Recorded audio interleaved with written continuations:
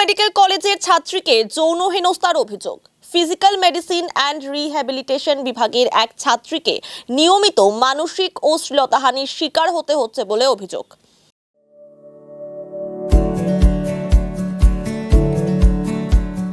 Pampered, not just a hospital, but a mother. বুধবার Uttarbanga medical college ও হাসপাতালে PMR বিভাগে আন্দোলন কর্মসূচি শুরু করে ছাত্রছাত্রীরা। ছাত্রছাত্রীদের অভিযোগ, এই বিষয়ে অ্যান্টি র্যাগিং কমিটি এবং পুলিশের কাছে অভিযোগ জানানোর পর থেকে অত্যাচার আরও বেড়েছে। এই হেনস্থা নিয়ে কোথাও অভিযোগ করলে পরীক্ষায় অকৃতকার্য করিয়ে দেওয়ার হুমকিও দেওয়া হয়েছে। অবশেষে আজ অভিযুক্তের বিরুদ্ধে ব্যবস্থা নেওয়ার দাবিতে হাতে পোস্টার ব্যানার নিয়ে বিক্ষোভে শামিল হয় তারা।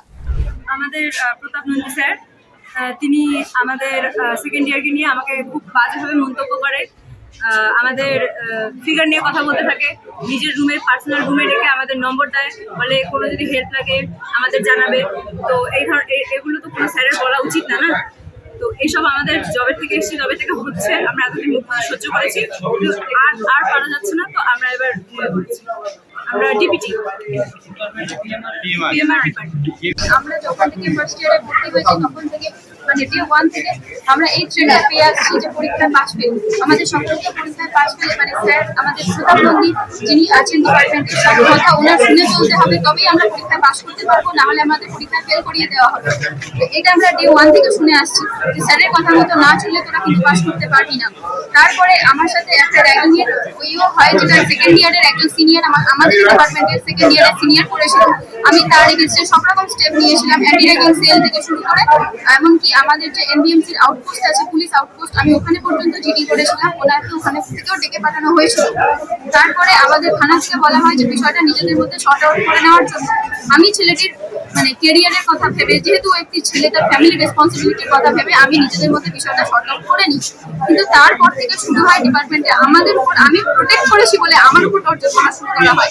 আমাকে কোনো কাজ করতে দেওয়া হয় না, না ইনডোর কোনো পেশেন্ট দেখতে যেতে দেওয়া হয় না, কিছুই করতে দেওয়া হয় না, মেশিন পর্যন্ত কোনো হাতই দিতে দেওয়া হয় না। তো তারপরে আমাকে পুরোপুরি একধারে করে রেখে দেওয়া হয়েছিল। এমনকি যে সিনিয়রের এগেইনস্টে আমি কমপ্লেন করেছিলাম, ও থেকে শুরু করে কোনো স্যার প্রতাপ নন্দী উনি পর্যন্ত আমার সাথে কথা পর্যন্ত বলতেন না। আমাদের যদি প্রবলেম হয়, ডিপার্টমেন্টে কোনো প্রবলেম হলে আমরা কার কাছে যাবো? যেহেতু সিনিয়র উনি আছেন, তো ওনাকে গিয়ে জিজ্ঞাসা করবো না যে স্যার এটা কি হবে, ওটা কি হবে। তারপরে আমাদের প্রত্যেকটি মেয়ের সাথে উনি খুব বাজে ভাবে মানে খুব বাজে ইঙ্গিতে কথা বলে, একজনের সাথে অন্যজনের নাম জড়িয়ে বলা হয় যে তোমার তো ওর সাথে চলছে কিছু না কিছু, তো তোমার তো ওর সম্বন্ধে সবকিছু জানার কথা, আসছে না কেন, খাচ্ছে না কেন, খোঁজ খবর তো তোমারই রাখা উচিত, এরকম ভাবে বলা হয়। কোনো মেয়েকে ডেকে নিজের রুমে ফোন নাম্বার দেওয়া হয়। এবার তারপরে আরো কোনো মেয়েকে ডেকে এরকম ভাবে বলা হয় যে ঠিক আছে তোমার যদি কোনো হেল্প লাগে তো তোমাকে পার্সোনালি এসে বলতে পারো। এগুলো কি কোনো ডিপার্টমেন্টের স্যারের বলা উচিত? এবার তারপরে আমরা এই সমস্ত কমপ্লেন নিয়ে গিয়েছিলাম আমাদের head of the department doctor Parthapratim sir Khan স্যারের কাছে। তো উনি বিষয়টা সবকিছু শুনে এটা বলেন যে ঠিক আছে আমি তোমাদের সব কথা শুনছি, বিষয়গুলোকে হালকাভাবে নেওয়ার মতো না, কিন্তু এটা ঠিক যে তোমরা ডিপার্টমেন্টে যেরকম ভাবে হোলি খেলেছো, বস্তির মতো হোলি খেলেছো, আমি তাদেরকে রেজিস্টারে মার্ক করে রেখেছি, পরীক্ষার খাতায় আমি দেখে নেবো। এটা আমাদের এইচওডি স্যার নিজে বলেছেন, ওপেন থ্রেড দিয়েছেন এরকম যে আমি কিন্তু পরীক্ষার খাতায় দেখে নেবো, আমি মার্ক করে রেখেছি। এটা কোন ডিপার্টমেন্টে হয়? এখন আমরা একটা জিনিসই চাচ্ছি, ওই যে আমাদের প্রধান নন্দী আছেন, আমরা ওনার ট্রান্সফার চাচ্ছি, আমাদের একটাই দাবি ওনার ট্রান্সফার। হ্যাঁ, এটা ঠিকই যে ছেলেদের মেয়েদের আলাদা করে আমরা সবসময় বলি যে ছেলে পেশেন্টরা মেয়ে পেশেন্ট দেখবে। আমি ছেলে ডাক্তাররা ভুল করেছি, আমরা ছেলে ডাক্তাররা কি মেয়ে পেশেন্ট দেখি না, বা মেয়ে ডাক্তাররা ছেলে পেশেন্ট দেখি না। এটা আমার প্রাথমিক অবস্থান তাই ছিল, আমি ওদেরকে তাই বলেছিলাম। কিন্তু সাম্প্রতিক ঘটনাগুলি এমন হচ্ছে যে কোনো সিনিয়র থেরাপিস্টের বিরুদ্ধে, কোনো সিনিয়র স্টুডেন্ট ছেলে স্টুডেন্টের বিরুদ্ধে, কোনো মেয়ে জুনিয়র মেয়ে বা স্টুডেন্টে কমপ্লেন করছে। এবার আমরা তো পেশেন্ট দেখি বা একাডেমিক সার্ভিসের সাথে যুক্ত থাকি, বিভিন্ন ডিপার্টমেন্টের সমস্যার সাথে বা অন্যান্য কাজকর্মের সাথে যুক্ত থাকি। প্রতি মুহূর্তে ওই থেরাপি রুমের মধ্যে কি ঘটছে সেটা আমাদের পক্ষে দেখা বা বোঝা সম্ভব নয়। এবং আমরা সিসিটিভির জন্য রিপিটেডলি অ্যাপ্লাই করেছি, এমএসভিবি অফিসে 3-4 মাস আগে অ্যাপ্লাই করে রেখেছি, আমাদের কপিও দেখাতে পারবো, বা সেই আবার রিপিট অ্যাপ্লিকেশন ওটার বেসিসে আমরা আবার করে ফেলেছি। এক্স্যাক্টলি এইটা হচ্ছে যে আমরা শুধুমাত্র আউটডোর বা করিডোরে রাখতে পারি, কারণ যেখানে পেশেন্ট সার্ভিস হচ্ছে সেখানে কোনো ধরনের সার্ভিস দেওয়া যাবে না। সেখানে কোনো রকমের সার্ভিস মানে সিসিটিভি ক্যামেরা সেখানে বসানো যাবে না। তো সেই জন্য ফর মানে টেম্পোরারি একটা সলিউশন, এটা নট পার্মানেন্ট, টেম্পোরারি সাজেশন হিসেবে আমি প্রিন্সিপালের সাথে কথা বলি এইটা করেছিলাম। টেম্পোরারি সাজেশন হিসেবে আমি বলছিলাম যে এত সমস্যা যখন হচ্ছে তাহলে ছেলেরা ছেলেদের ঘরে কাজ করুক, মেয়েরা মেয়েদের ঘরে কাজ করুক।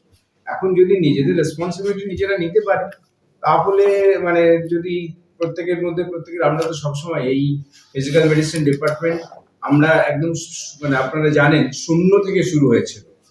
একটা ছোট্ট রুম আর একটা কোনো মেশিন কাজ করতো না, সেটা আস্তে আস্তে এখন এই ফিজিক্যাল মেডিসিন রিহ্যাবিলিটেশন ডিপার্টমেন্ট, যেটা নর্থ বেঙ্গলে আমাদের ডিপার্টমেন্ট, এটা ওয়েস্ট বেঙ্গলে এসএসকেএম হসপিটাল, পিজি হসপিটালের পরেই যে ডিপার্টমেন্ট সবাই জানে যে এখানে যা যা কাজ হয়।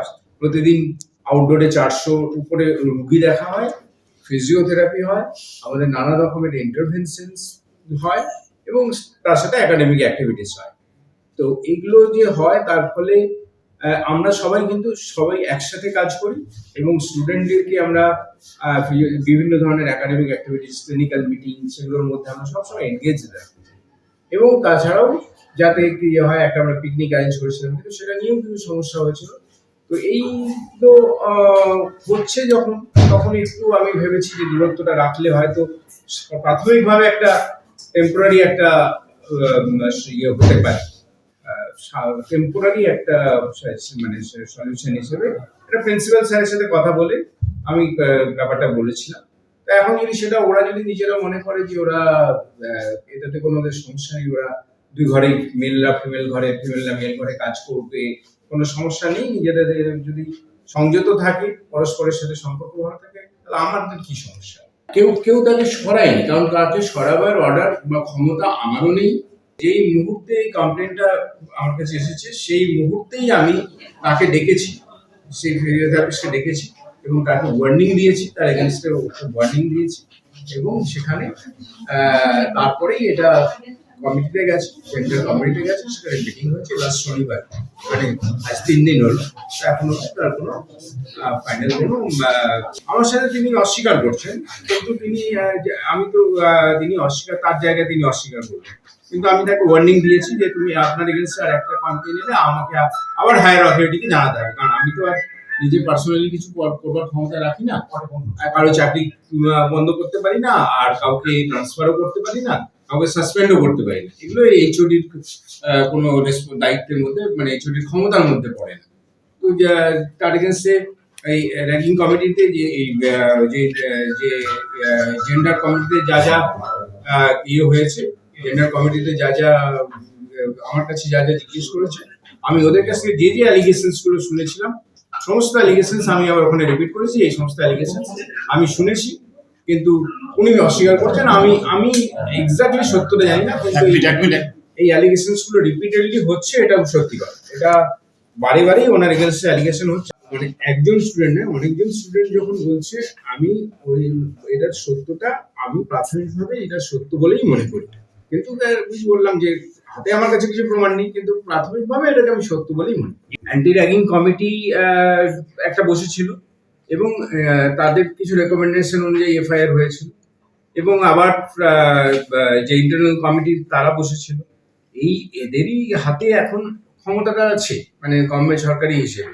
এবার এই কমিটির সিদ্ধান্ত অনুযায়ী আমাদের চলতে হবে। ওই অ্যান্টি র্যাগিং কমিটির কিন্তু সমস্ত কিছু ফাইনাল ক্লোজ হয়ে যায়। অ্যান্টি র্যাগিং কমিটি আমি যতটুকু জানি যে ওদেরও কাজ চলছে। না, সেটা হচ্ছে যে একটা আনঅফিসিয়াল একটা দায়িত্ব থাকে যে এই ফিজিওথেরাপি সেকশনটা, এটা একটা ফিজিক্যাল মেডিসিন ডিপার্টমেন্ট, আর একটা সেকশন হচ্ছে ফিজিওথেরাপি। সেই সেকশনটার কাউকে না কাউকে দেখভাল করতে হয়।